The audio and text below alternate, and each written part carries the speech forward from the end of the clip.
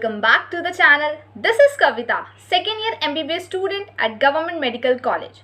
So friends, basically आज हम इस वीडियो में बात करेंगे ANMMCH गया, that is Anugrah Narayan Magadh medical college गया।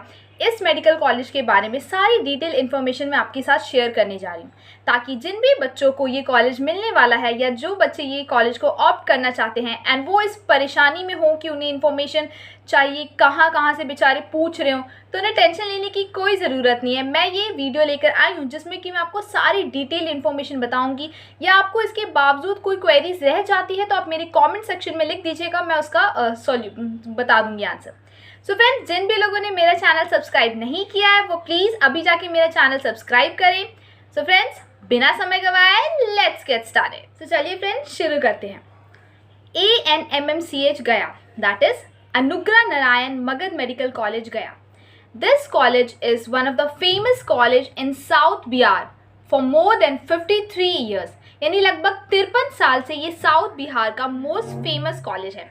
चलिए फ्रेंड्स, सबसे पहले हम कुछ जनरल इन्फॉर्मेशन जान लेते हैं। तो अगर मैं इसकी एड्रेस की बात करूँ तो ये बिसाइड मगध कॉलोनी, गया शेरघाटी रोड, गया में सिचुएटेड है। ओके, अगर मैं इस्टेब्लिशमेंट की बात करूँ तो हमारा ANMMCH कब इस्टेब्लिश हुआ है, तो 1969 में ये इस्टेब्लिश हुआ है। यानी अगर मैं कैलकुलेट करूँ या फिर मैं कुछ चीज़ों को देखूँ तो ये third most oldest medical college है हमारे बिहार का। 1969 में इसका इस्टेब्लिशमेंट हुआ था। अगर मैं एफिलिएशन की बात कर लूँ तो बाकी सारे मेडिकल कॉलेजेस जो भी बिहार के हैं, जैसे कि वो AKU के अंतर्गत आते हैं, तो हमारा ANMMCH गया भी AKU which is Aryabhatta knowledge university, उसके ही अंदर आता है। अगर हम ANMMCH में टोटल बेड्स कितने हैं पेशेंट्स के लिए, तो उसकी बात कर लें तो total number of beds in ANMMCH गया में 425 है। अगर मैं टोटल MBBS सीट की बात कर लूँ UG कोर्सेज के लिए तो 120 सीट है, यानी 120 बच्चों का हर साल यहाँ पे एडमिशन होता है। और ये 2019 से शुरू हुआ है। 2019 से पहले 120 से कम बच्चों का इंटेक होता था, बट 2019 से 120 बच्चों का हर साल यहाँ पे UG कोर्सेज ऑफ MBBS में एडमिशन होता है। अगर हम PG सीट्स की बात कर ले तो हम सब जानते हैं कि किसी भी कॉलेज का PG सीट्स हमें बताता है वो कॉलेज कितना बेस्ट है। सो PG सीट्स की अगर मैं बात कर लूँ तो 11 ब्रांचेस हैं यहाँ पे। 11 ब्रांचेस में डिफरेंट ब्रांचेस में यहाँ पे PG होती है, और टोटल 11 ब्रांचेस में अगर मैं सीट की बात तो सब मिलाकर यहाँ पर टोटल 40 सीट्स हैं। टोटल PG की 11 ब्रांचेस हैं, डिफरेंट ब्रांचेस, जैसे मेडिसिन हो गया, गाइनी हो गया, साइकेट्री हो गया, पैथो हो गया, इन सारे डिफरेंट ब्रांचेस में टोटल 40 सीट है। तो ये भी कोई कम नहीं है, बहुत अच्छी ही बात। अब हम अगर बात करें कि तो हमारा ANMMCH गया कि कितने एरिया में वो स्प्रेड है, यानी कि उसका कैंपस से लेकर उसकी हॉस्पिटल, बिल्डिंग, एवरीथिंग, तो अगर मैं बात करूँ तो ये 44 एकड़ यानी 44 एकड़ में इसका पूरा कैंपस आता। तो ये बहुत कम भी नहीं है और बहुत ज़्यादा भी नहीं है, मीडियोकर में आएगा। तो इसका कैंपस जो है वो 44 एकड़ में स्प्रेड है। इसमें बिल्डिंग्स, हॉस्पिटल की बिल्डिंग्स, डिफरेंट डिपार्टमेंट्स, फिर नर्सिंग के कॉलेज और फिर हमारा MBBS के कॉलेज के सारे डिपार्टमेंट वो सारे आते हैं। अगर हम फीस की बात कर ले तो MBBS कोर्सेज के लिए यहाँ पे पर साल यानी कि सालाना कितनी फ़ीस लगती है, तो मैं बता दूँ फ्रेंड्स कि 24,500 पर ईयर यहाँ पे फ़ीस लगती है। तो ये बहुत ही कम है as compare to different colleges in different states, like affordable for each of us जो भी मतलब एडमिशन लेना चाह रहे हैं। It is only 24,500 per year. अब हम ऑल इंडिया रैंक की बात कर ले फ्रेंड्स, तो ऑल इंडिया रैंक ANMMCH गया की 160 है, which is not too bad and not too good. अगर मैं बात कर लूँ बॉन्ड की तो यहाँ पे कोई भी बॉन्ड नहीं है। अगर आपने एडमिशन लिया फर्स्ट ईयर ऑफ MBBS में तो यहाँ पे कोई भी बॉन्ड आपको सर्विसेज पे नहीं करना पड़ेगा। दूसरी चीज़, अगर पेनाल्टी की बात करूँ तो यहाँ पे कोई भी पेनाल्टी नहीं है, ज़ीरो पेनाल्टी। इंटर्नशिप में स्टाइपेंड की बात कर ले तो इस कॉलेज में इंटर्नशिप में स्टाइपेंड जो है वो 20,000 पर मंथ मिलता है, यानी which is not too bad. Actually बहुत सारे स्टेट्स में तो बहुत कम स्टाइपेंड मिलते हैं, लाइक 15,000 और 11 to 12,000, बट यहाँ पे 20,000 पर मंथ मिलता है। अगर हम प्रिंसिपल सर की बात करें तो ANMMCH गया के principal sir respected doctor Arun Chaudhary sir. अगर हम फैकल्टीज़ की बात करें कि टोटल फैकल्टीज़ ANMMCH गया में कितनी है, तो total 181 faculties are present here. अगर हम डिस्टेंस की बात कर लें कि जो हमारा पटना है उससे हमारे गया की कितनी दूरी है, तो हम डिस्टेंस की बात करें तो लगभग 105 किलोमीटर अवे है गया फ्रॉम पटना। अगर हम ट्रेन से ट्रैवल करते हैं तो पटना से हमें गया आने में 2.5 से 3 घंटे लगते हैं बस। कितना कम डिस्टेंस। चलिए अब हम कुछ जनरल इन्फॉर्मेशन और जान लेते हैं। सो एक्चुअली ये 1969 में ये कॉलेज ओपन हुआ था as a private medical college, और जब 1969 में as a private medical college ये ओपन हुआ था तब इसका नाम मगध मेडिकल कॉलेज था।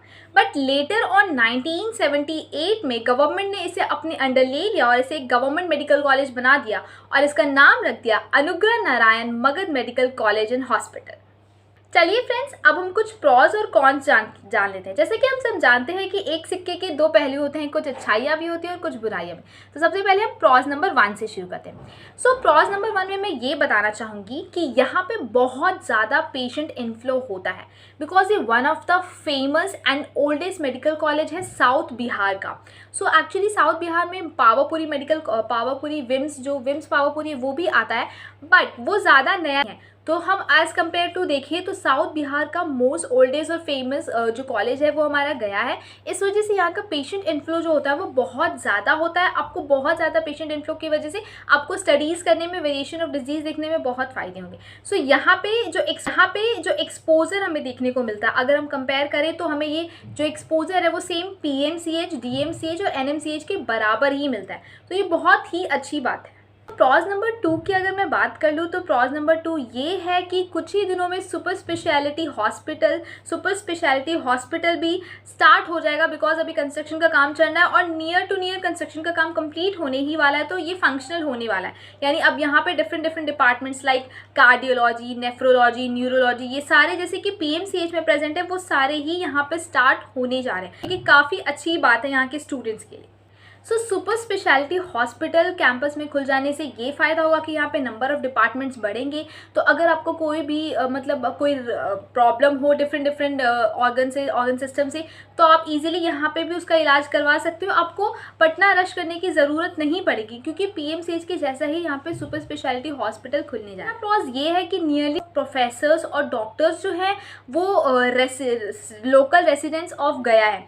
सो उनको कोई रश नहीं होता कि वो जल्दी पढ़ा के वो भागे अपने क्लिनिक या अपने घर के लिए, क्योंकि वो दूर के रहने वाले नहीं हैं, तो वो पास के हैं। तो वो फुल टाइम और अपना सपोर्ट जो है वो मेनली फोकस करके वो अपने स्टूडेंट्स को देते हैं। तो इससे स्टूडेंट का ही फ़ायदा होगा कि टीचर का उन्हें सपोर्ट बहुत अच्छा मिलेगा, क्योंकि अगर दूर डिस्टेंस वाले टीचर्स होते हैं तो they are in rush to go their home और क्लिनिक, ये प्रॉब्लम हो सकती है। बट यहाँ पे टीचर आपको फुल सपोर्ट देंगे और फुल।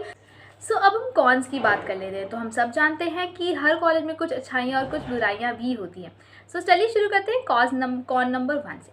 सो कॉन नंबर 1 ये है कि there is a very bad condition of hospital building, यानी हॉस्पिटल की बिल्डिंग जो है वो काफ़ी पुरानी हो गई है एंड उसे मरम्मत की ज़रूरत है। दूसरी जो हमारे लैब्स हैं फॉर MBBS स्टूडेंट्स वो काफ़ी अंडर डेवलप हैं, उनको भी इम्प्रूवमेंट की ज़रूरत है।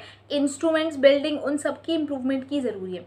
दूसरी चीज़ ये कि हॉस्पिटल बिल्डिंग इतनी पुरानी और इतनी ख़राब हो गई है कि यहाँ पे अब पेशेंट्स को हॉल्स करने के लिए और जो इंक्रीजिंग नंबर ऑफ़ बेड्स उनको रखने के लिए भी जगह नहीं है, यानी एरिया भी कम पड़ रही है। तो हमें इस बात पे तो एटलीस्ट गवर्नमेंट को ध्यान देना ही चाहिए कि हॉस्पिटल की बिल्डिंग में थोड़ा इम्प्रूवमेंट लाए, ताकि वहाँ के पेशेंट को हॉल्स करने के लिए और नंबर ऑफ़ बेड्स जो बढ़ रहे हैं उनको रखने के लिए स्पेस बने।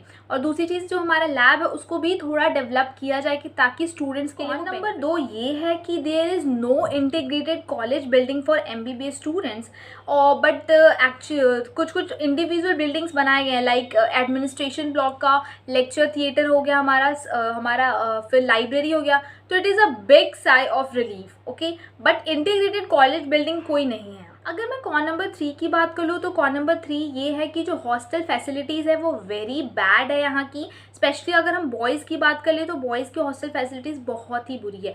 उनको कुछ सालों तक, फर्स्ट 2 ईयर्स तक तो शायद हॉस्टल नहीं मिलती, और ये बात भी है कि कोई नया हॉस्टल नहीं बन रहा है उनके लिए, बॉयज़ के लिए।